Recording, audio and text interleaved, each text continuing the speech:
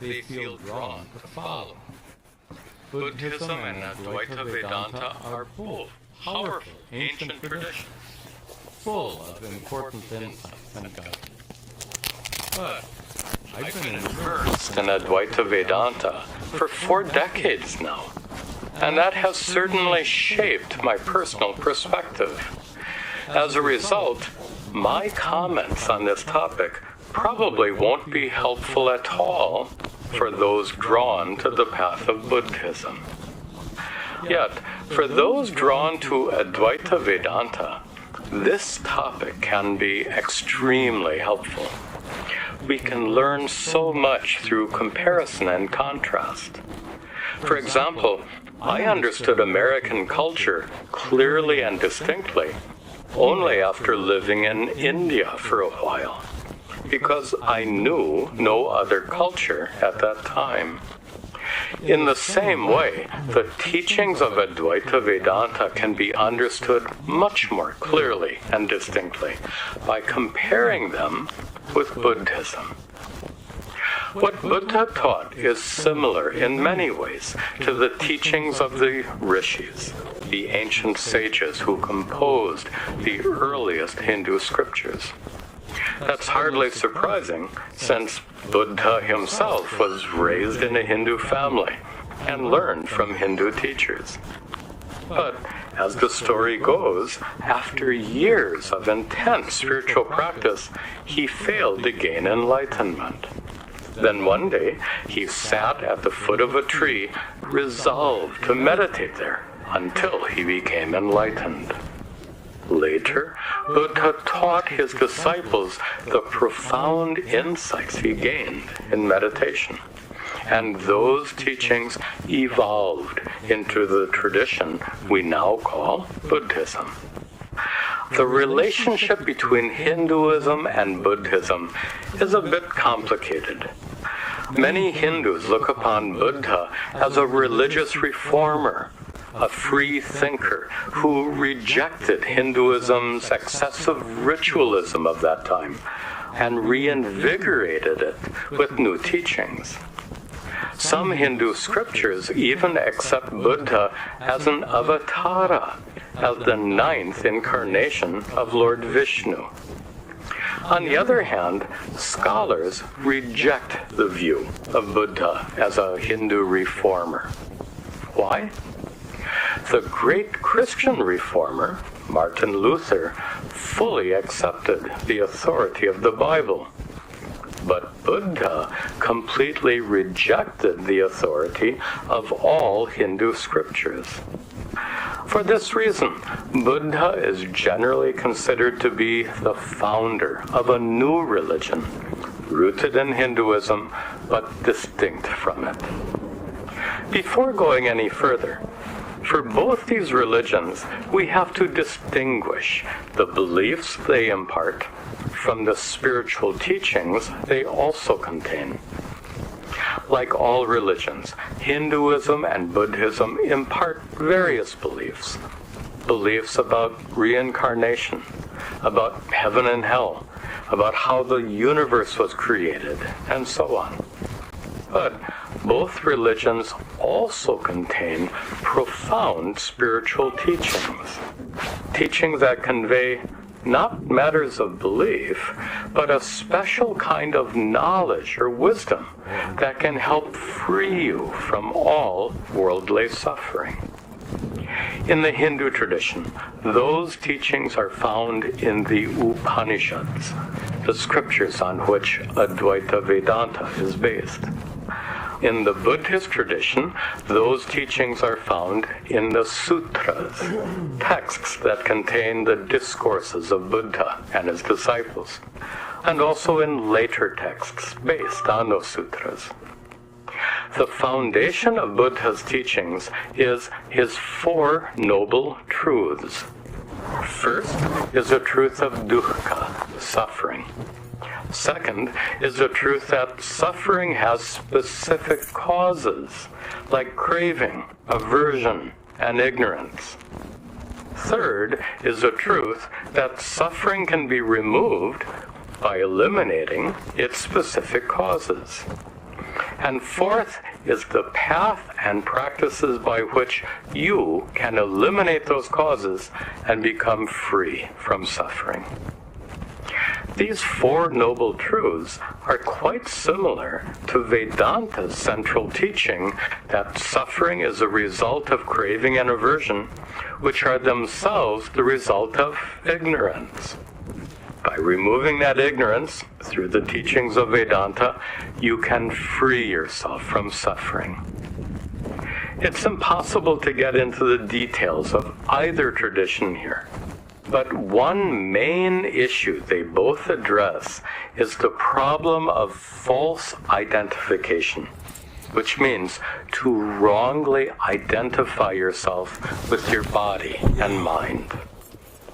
Your body is a material object that's constantly decaying and subject to physical pain.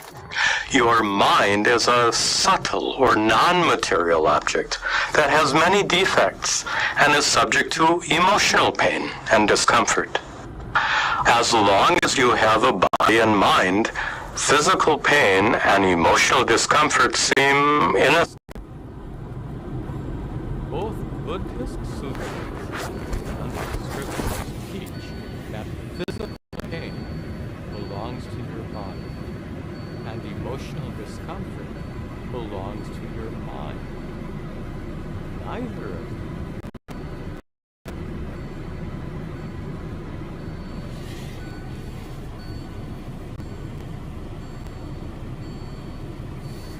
Truly belongs to you. Why not? Because you're not a collection of bones, muscles, and organs with tiny tubes inside, nor are you a complicated tangle of fleeting thoughts and ever-changing emotions. The body sitting on your chair right now, and the mind within it, are objects. They're things. They're not you because you are not a thing. Yet, you totally identify yourself with those things. And as a result, you suffer. Because the problems that truly belong to your body and mind mistakenly become your problems. Up to this point, the teachings of Buddha and the ancient rishis are very much alike. Both help you eliminate false identification with your body and mind and free you from suffering. But going forward, their paths begin to diverge. Buddha taught that an individual person is nothing more than an aggregate of 5 factors: body, sensations, emotions, thoughts, and consciousness. Buddha did not accept the existence of a conscious being or an inner self that's independent from the aggregate of 5 parts. He taught his distinctive doctrine of no self, called anatta in his Pali language, or anatma in Sanskrit. Vedanta, on the other hand, accepts the existence of Atma, the true inner self. Atma is the consciousness or awareness that's your essential nature. The consciousness by which you're aware of the world around you and by which you observe thoughts and emotions as they arise in your mind. When you fail to recognize your true nature as Atma, you falsely identify yourself with your body and mind and become subject to suffering. That's why Advaita Vedanta emphasizes the importance of self-knowledge, Atma Vidya. Another big difference between Buddhism and Vedanta is how they conceive the ultimate goal of spiritual life. Buddhism calls this goal nirvana, and Vedanta calls it moksha. Nirvana literally means extinguished, like a candle flame that's been blown out.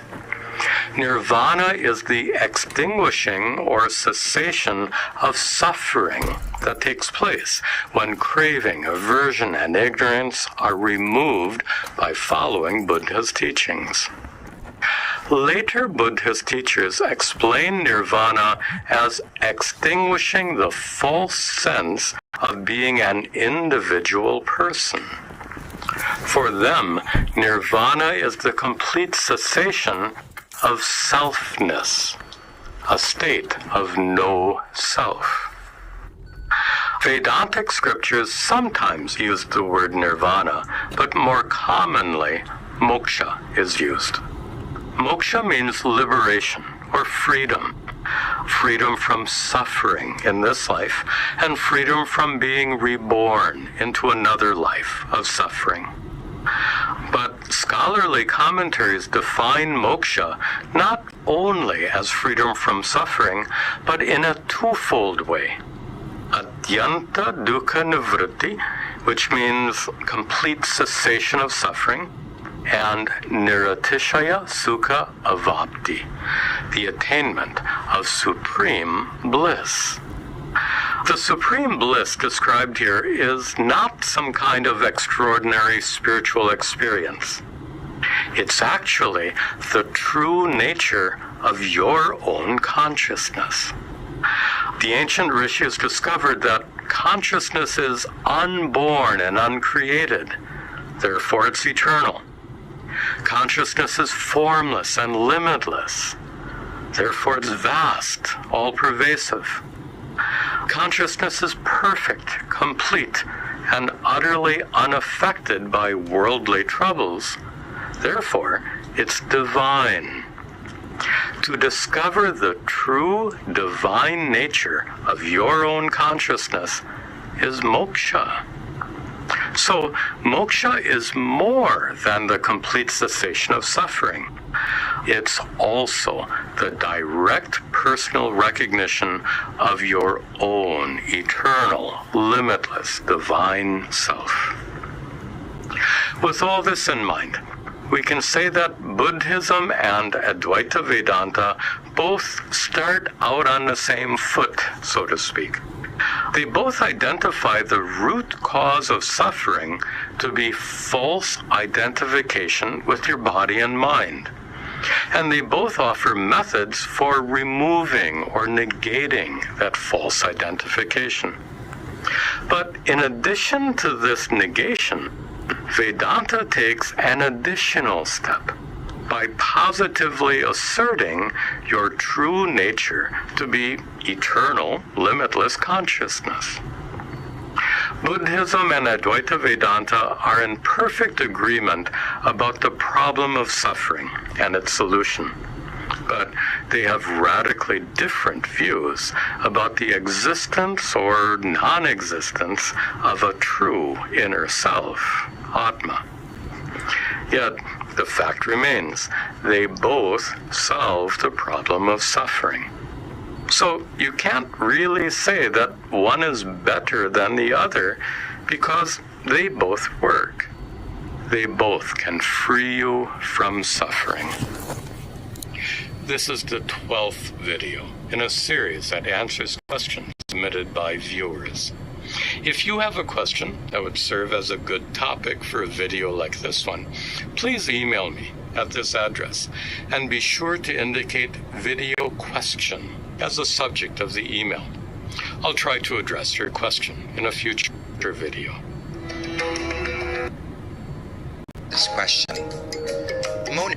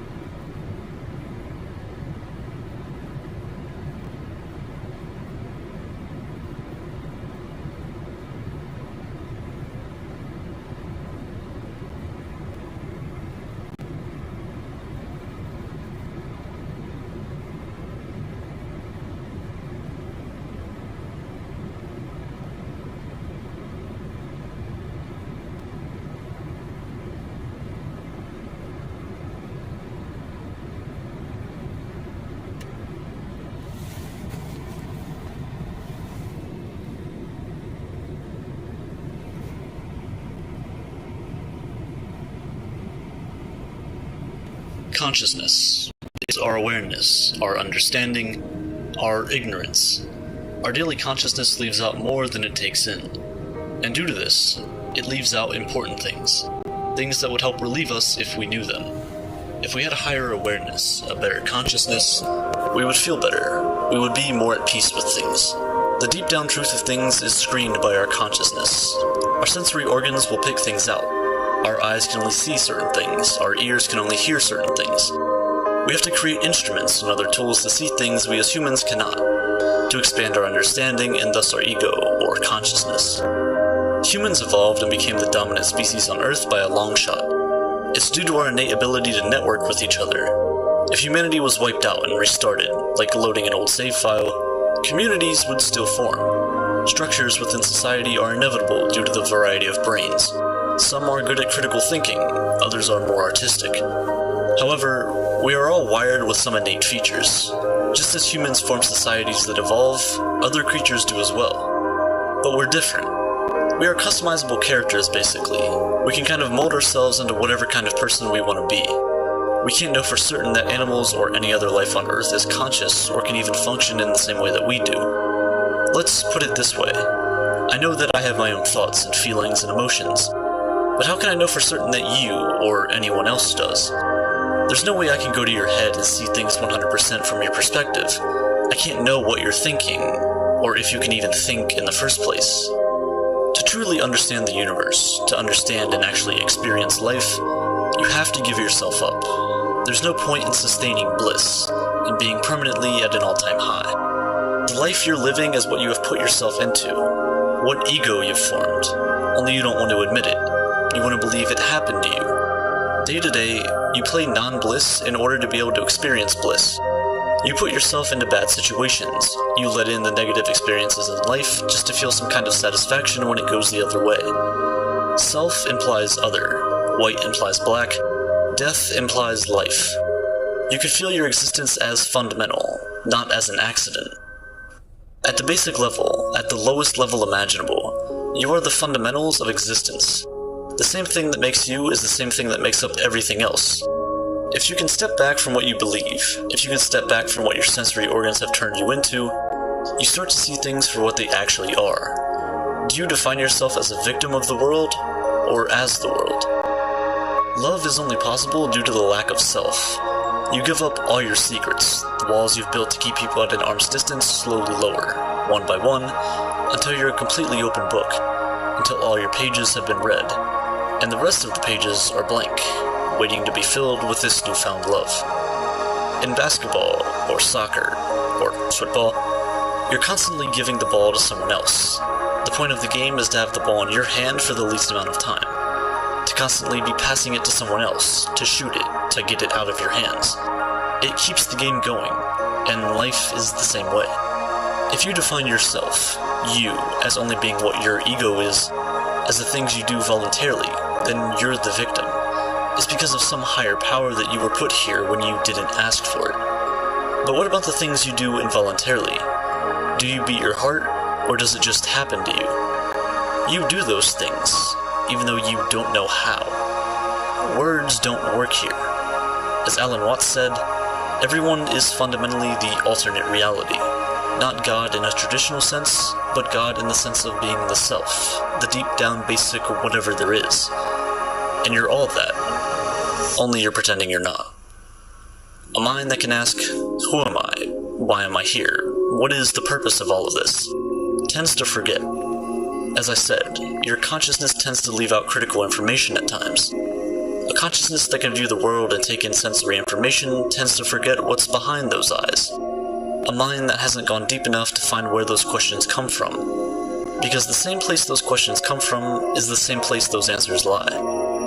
The brain controls everything. In order to go to the extremes of the universe, to places we can only dream of going, we must first dive deep into something that is all inside of us. Take the Big Bang, for example. Now there's hundreds, thousands of theories as to how we came into existence, but let's go with this one. You believe that you are strictly you. Your human body is all that you are and all that you have ever been. You're simply a small speck of dust in a vast sea of galaxies, stars, planets. You're irrelevant. But rolling back the clock, things get smaller. the universe was more compact.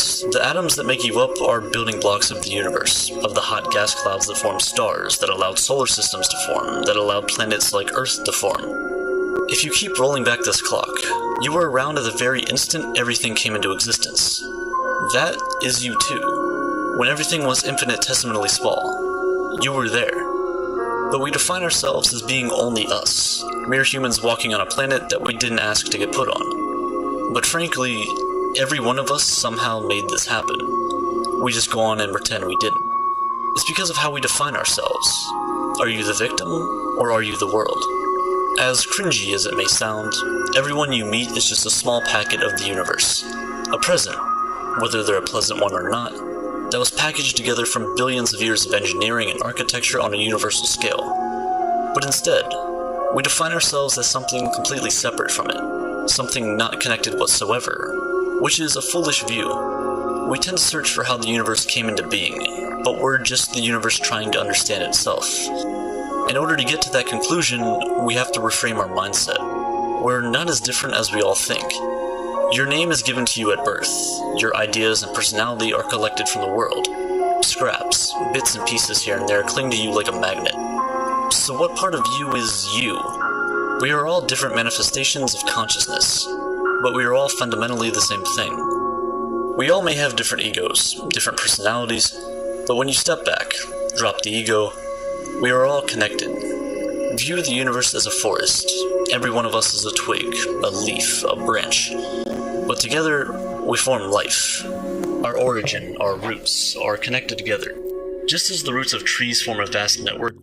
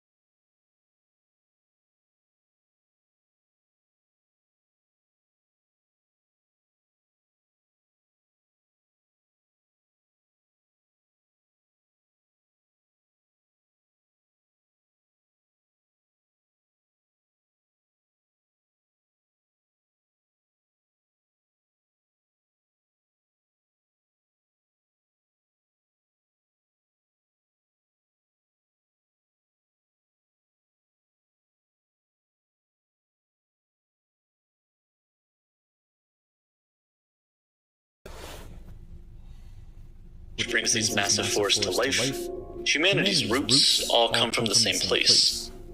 Energy cannot be created or destroyed. It can only be transferred from one form of energy to another. But many of us have this fear that it's all going to come to an end. And while yes, your life will end, your energy will not. It will continue onward, forever. But our consciousness has convinced us otherwise. We form this thought process, almost like we've been hypnotized, to think that we are all there is and all there ever will be, and that it's all going to come to an end. This leaves us unsatisfied and unhappy. But the universe is continuous, and you are technically the universe, so you will continue on as well. Your death is not the end of you, it's the death of your ego. Many people experience the same exact thing while living: ego death. It tends to be induced through psychedelic drugs, LSD, shrooms, the list goes on. While working on this video, I actually experienced it myself, and although not intentional, it provided clarity in a way I've never before experienced. It's not the ego in the vernacular sense, as describing a person's self-worth. It's the philosophical ego. It's the complete loss of subjective self-identity. Everything that you believe you are will disappear. You're void of emotion, of connection to anything around you, of connection to what makes you, you. The idea of being a person doesn't make any sense. The words I, me, and myself have zero meaning whatsoever. The world can normally be put into two categories, myself and not myself. While experiencing ego death, this line is blurred. I am completely gone. There's only the awareness of existence. The lifetime accumulation of your thoughts and emotions are put on pause. It's as if you're on a cliff approaching an infinite void beneath you. Your life is continuous and exists all the way up the mountain until you reach the edge. Beneath you, though, is the unknown. Ego death is jumping into that void, leaving behind everything you've ever known. It's as if you've stepped out of your body into a separate entity. You start to see things for what they actually are, but things don't actually exist. Things is just a noun. It's a fragment of speech. And speech is just another instrument we've created to try and understand the world around us. Our senses allow us to go about our daily lives and traverse the world, but they don't really offer any explanations, so we have to make them up ourselves. While experiencing ego death, you disconnect from all of that. You have a heightened awareness. It's truly as if you're experiencing a higher level of consciousness that no person can understand. You reach this level that words can't explain. The instruments we made to try and understand our place in the universe shatter completely. Explaining it in terms of I saw or I felt don't seem reasonable. Our languages are instruments created to explain things that someone experiences. But while undergoing ego death, there is no someone. There is no me. So how do you describe it? It's as if your slate was wiped clean, your character's save file was corrupted, but you're still in the game. Because of this, ego death can be scary. But it can also be a very enlightening experience. It's both constricting and freeing. It's white and black. It's like you're defining what life is like through experiencing death. We cannot be more sensitive and welcoming to pleasure without being more sensitive and accepting to pain. You're flying and sinking at the same time, being pulled from below and above, in every direction, at once. While going through it, I ended up reaching a moment of acceptance. Ego death, while often extremely anxiety-inducing, offers a glimpse into a reality free of that. A life free of your personal flaws, your daily thoughts, your responsibilities. It personally feels as if time is frozen, and wherever your mind wanders is free to judge things as they truly are. You are the observer and the observable. Surprisingly, the conclusion I came to is the same conclusion I came to while making a previous video of mine, and it's that nothing in life really matters. Fear in general tends to come from us not being able to make peace with the chaos that is the universe, not being able to cope with the idea of entropy, that everything is tending towards disorder. Forming an ego is disorderly in the same way. You go further and further down your own tunnel and stray further from everyone else. Experiencing ego death is breaking out of that tunnel, pulling back, and understanding that the network of these tunnels that encompass every human on Earth all eventually return back to the same place.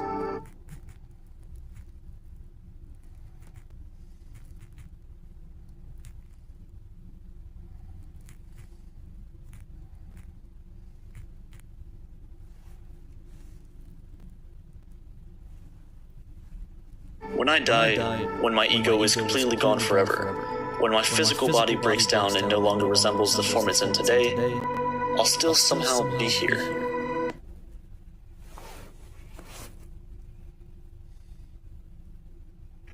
So if a person believes that the earth is flat, you can't talk him out of that. He knows it's flat. Look out of the window and see. It looks flat. So the only way to convince him that it isn't is to say, well, let's go and find the edge. And in order to find the edge, you've got to be very careful not to walk in circles, so you'll never find it that way. So we've got to go consistently in a straight line, due west, along the same line of latitude. And eventually, when we get back to where we started from, you've convinced the guy that the earth is round. But that's the only way that'll teach him. Because people can't be talked out of illusions.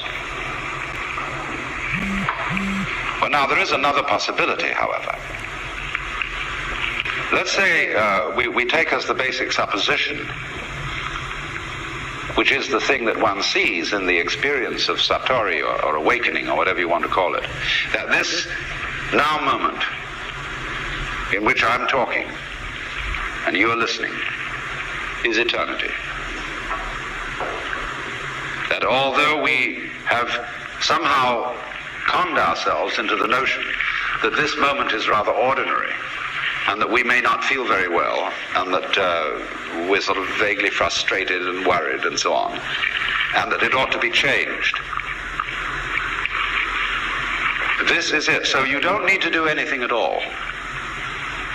But the difficulty about explaining that is that you mustn't try not to do anything, because that's doing something. And how to explain that? Because there's nothing to explain. It is the way it is now, you see. And if you understand that, it will automatically wake you up. That's why Zen teachers use shock treatment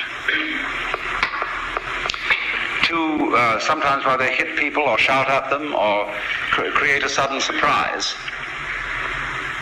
because it is that jolt that suddenly brings you here. See, there's no road to here because you're already there. And if you ask me, how am I going to get here? It'll be like the famous story of the American tourist in England who asked some yokel the way to Upper Tuddenham, little village. And the yokel scratched his head and he said, "Well, sir, I do know where it is, but if I were you, I wouldn't start from here."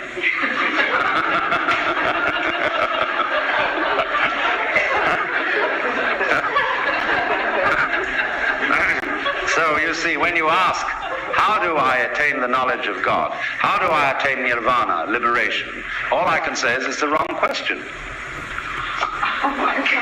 Why do you want to attain it? Because the very fact that you're wanting to attain it is the only thing that prevents you from getting there.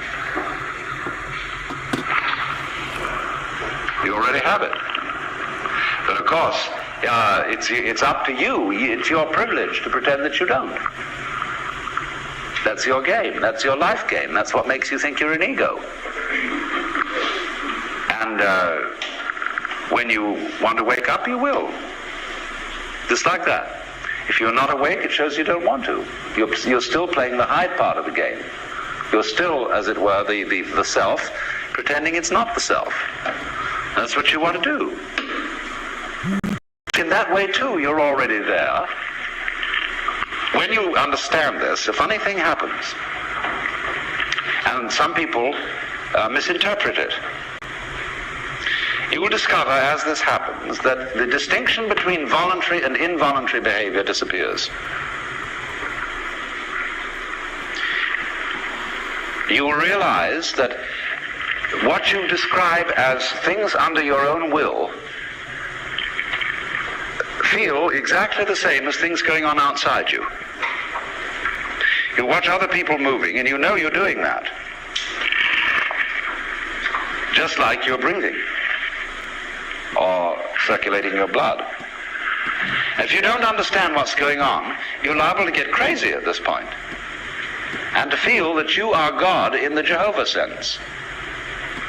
To say that you actually have power over other people so that you could alter what they're doing, and that you are omnipotent in a very crude, literal kind of Bible sense, you see. And a lot of people feel that and they go crazy. They have to put them away. They think they're Jesus Christ and that everybody ought to fall down and worship.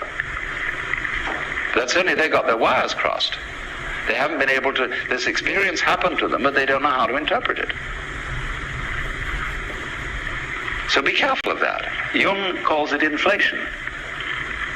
People who get the holy man syndrome, that I suddenly discovered that I'm the Lord and that I'm above good and evil and so on, and that therefore I start giving myself airs and graces.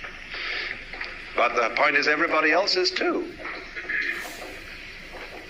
If you discover that you're that, then you ought to know that everybody else is.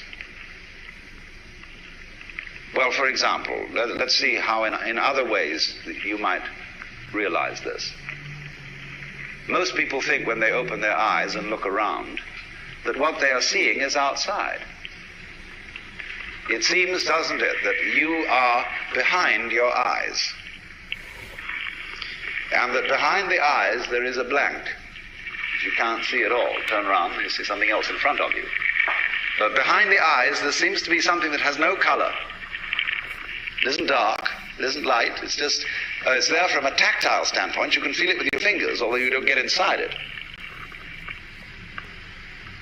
But what is that behind your eyes, you see?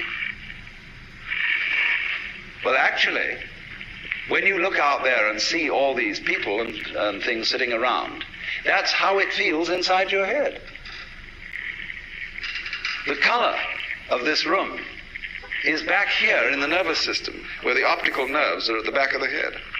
It's in there. It's what you're experiencing. What you see out here is a neurological experience. Now, if that hits you, and you feel sensuously that that's so, you may think that then therefore, the external world is all inside my skull. But you've got to correct that with the thought that your skull is also in the external world. So you suddenly begin to feel, well, wow, what a kind of a situation is this? It's inside me, and I'm inside it, and it's inside me. Yeah, 9562. But that's the way it is. This is what you could call transaction, rather than interaction, between the individual and the world. Can I get a Just like, strawberry for example, shake? in buying and selling, there cannot Large. be an act of buying unless there's simultaneously an act of selling, Yeah, and vice please. versa. Anything else? That's it. So the relationship between the organism and the environment is transactional. Is that it? Yeah, that's it. Okay. The environment grows the organism, and in turn the organism creates the environment. The organism turns the sun into light, but it requires there to be an environment containing a sun for there to be an organism at all. And the answer to it is simply, they're all one process.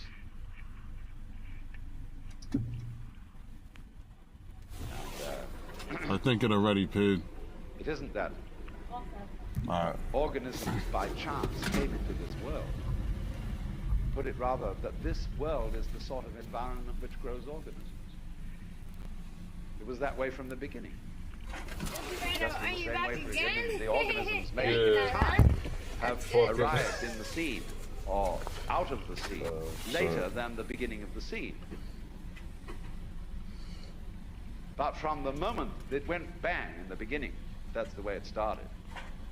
Organisms like us sitting here, were involved in it. You see, look here, let's take the propagation of an electric current. I can have an electric current running through a wire that goes all the way around the Earth. And here we have our power source. Here we have a switch. Here's the positive pole. Here's the negative pole. Now, Have a good day. Thank you. before that switch closes, the current doesn't exactly behave like water in a pipe. There isn't current here waiting to jump the gap as soon as the switch is closed. The current doesn't even start until the switch is closed from the positive pole. It never starts unless the point of arrival is there.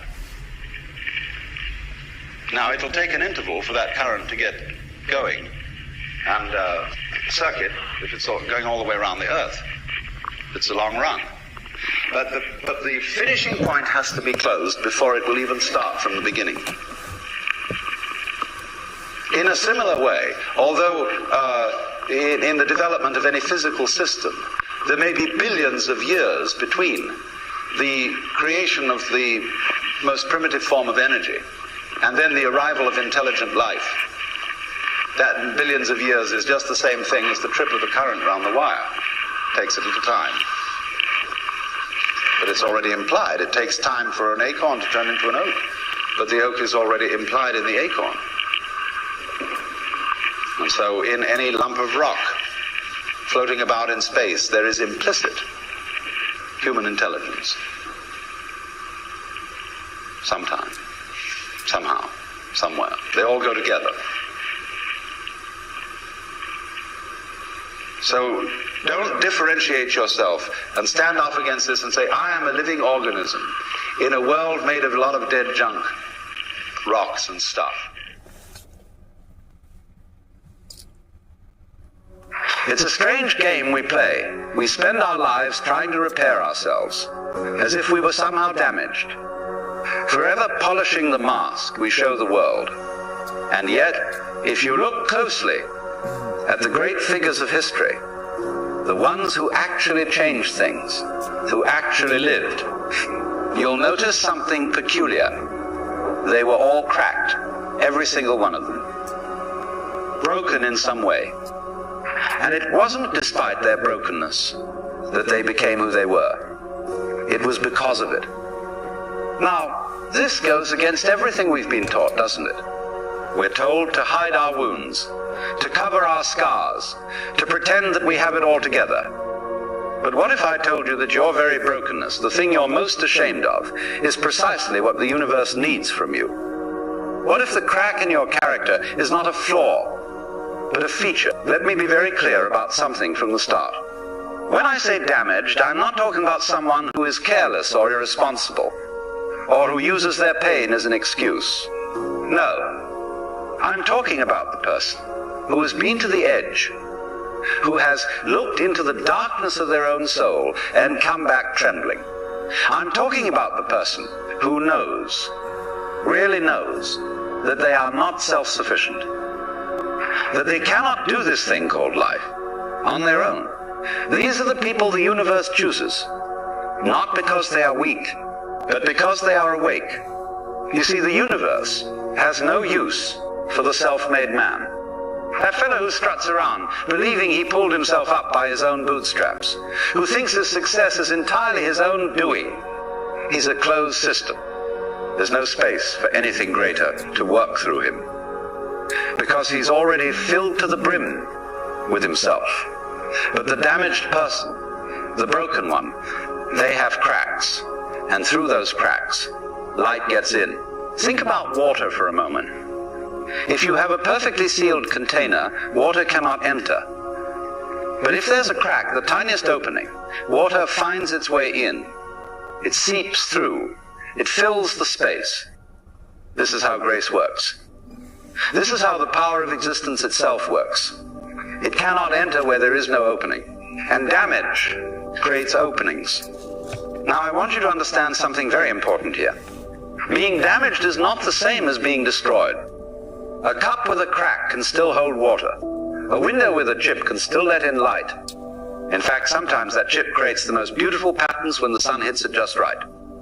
Your damage is like this. It doesn't disqualify you from being used by life. It qualifies you.